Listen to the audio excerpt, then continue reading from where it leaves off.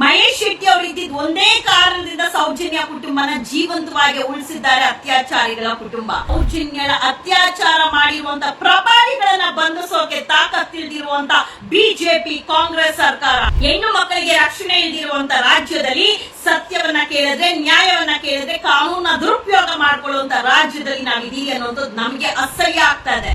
ಒಂದಲ್ಲ ಒಂದು ದಿವಸ ಖಂಡಿತವಾಗ್ಲೂ ಇದಕ್ಕೆಲ್ಲದಕ್ಕೂ ಪಶ್ಚಾತ್ತಾಪ ಪಟ್ಟೆ ಪಡ್ತೀರಾ. ಕರ್ಮ ಯಾರನ್ನು ಸುಮ್ನೆ ಬಿಡೋದಿಲ್ಲ. ಸೌಜನ್ಯ ದೇಹ ಮಣ್ಣಲ್ಲಿ ಮಣ್ಣಾಗಿರ್ಬೋದು, ಬಟ್ ಅವಳು ಉಸಿರು ಜೀವಂತವಾಗದ.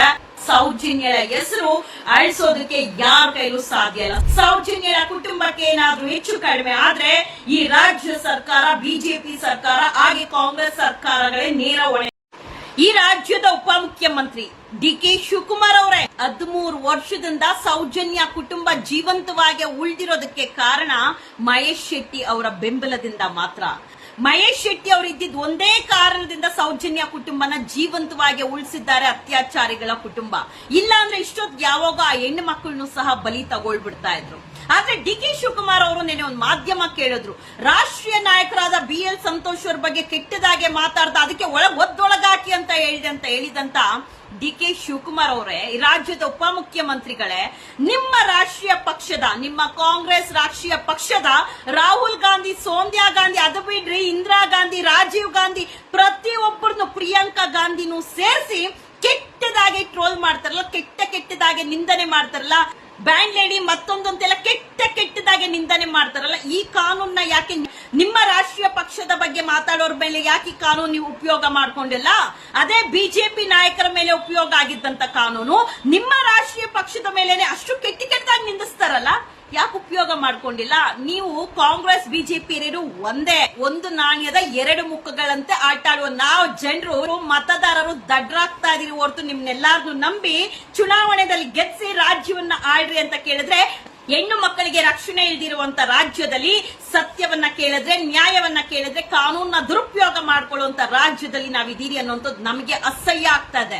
ಅಂಡ್ ಬಿಜೆಪಿ ನಾಯಕರೇ, ನಿಮ್ಮ ಪಕ್ಷದ ರಾಷ್ಟ್ರೀಯ ನಾಯಕರ ಬಗ್ಗೆ, ಅದು ಎಲ್ಲರನ್ನ ಬಿಡಿ, ನರೇಂದ್ರ ಮೋದಿ ಅವ್ರನ್ನ ಕೆಟ್ಟದಾಗಿ ನಿಂದನೆ ಮಾಡಿ ಸಾಮಾಜಿಕ ಜಾಲತಾಣದಲ್ಲಿ ಆಗ್ತಾರಲ್ಲ, ಯಾಕೆ ನಿಮ್ಮ ಪಕ್ಷದವರು ಅವ್ರ ಮೇಲೆ ಈ ಕಾನೂನ ಉಪಯೋಗ ಮಾಡ್ಕೊಂಡಿಲ್ಲ?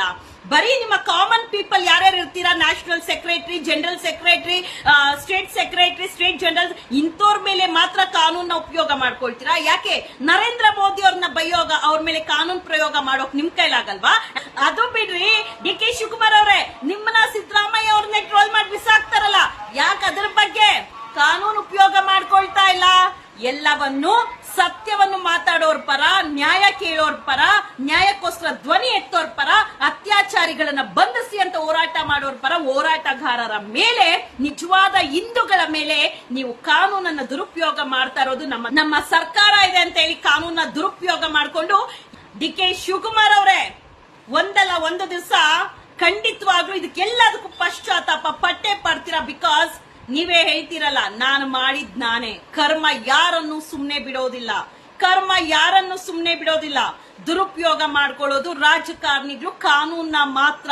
ಪೊಲೀಸ್ ಅವ್ರದ ಕೈಗೊಂಬೆ ಆಗಿ ಮಾಡ್ಕೊಂಡಿರುವಂತ ರಾಜಕಾರಣಿಗಳು, ರಾಜಕೀಯ ಪಕ್ಷಗಳಿಗೆ ಒಂದು ಧಿಕ್ಕಾರ.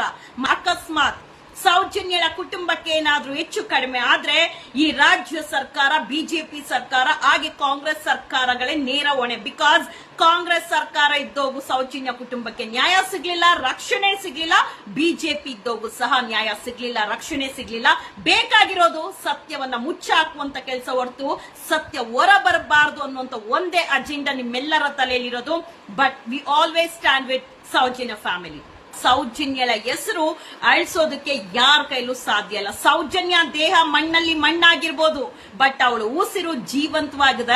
ಸೌಜನ್ಯ ಶಕ್ತಿ ಏನೆಂಬುದು ಎಲ್ಲಾರ್ಗೂ ತಿಳಿಯುತ್ತೆ. ಸೌಜನ್ಯಳಿಗೆ ನ್ಯಾಯ ಕೊಡಿಸಬಾರದು, ಸೌಜನ್ಯಳ ಸತ್ಯತೆ ಹೊರ ಬರಬಾರದು. ಸೌಜನ್ಯಳ ಅತ್ಯಾಚಾರ ಮಾಡಿರುವಂತ ಪ್ರಭಾವಿಗಳನ್ನ ಬಂಧಿಸೋಕೆ ತಾಕತ್ತಿಲ್ದಿರುವಂತ ಬಿಜೆಪಿ ಕಾಂಗ್ರೆಸ್ ಸರ್ಕಾರ ಕಾಮನ್ ಪರ್ಸನ್ ಆಗಿದ್ರೆ ಇಷ್ಟೊತ್ತು 13 ವರ್ಷದೊಳಗೆ ಎಡೆಮುರಿ ಕಟ್ಟಿ 3rd ಡಿಗ್ರಿ ಟ್ರೀಟ್ಮೆಂಟ್ ತೋರಿಸ್ತಾ ಇದೆ. ಸೌಜನ್ಯಳನ್ನ ಅತ್ಯಾಚಾರ ಮಾಡಿರುವಂತ ಅತ್ಯಾಚಾರಿಗಳು ಪ್ರಭಾವಿಗಳಾಗಿರೋದಕ್ಕೆ ಇಷ್ಟೆಲ್ಲ ಪ್ರೊಟೆಕ್ಷನ್, ಕಾನೂನು ದುರುಪಯೋಗ ಕಾನೂನು ದುರುಪಯೋಗ ಮಾಡ್ತಾ ಇರುವಂತ ಬಿಜೆಪಿ ಕಾಂಗ್ರೆಸ್ ಇಬ್ಬರು ಸರ್ಕಾರಕ್ಕೆ ಇದೇ ಮತದಾರರು ನಾವೇ ಮುಂದಿನ ದಿನಗಳಲ್ಲಿ ಪಾಠ ಕಲಿಸುವಂತ ಕೆಲಸ ಮಾಡೇ ಮಾಡ್ತೀರಿ.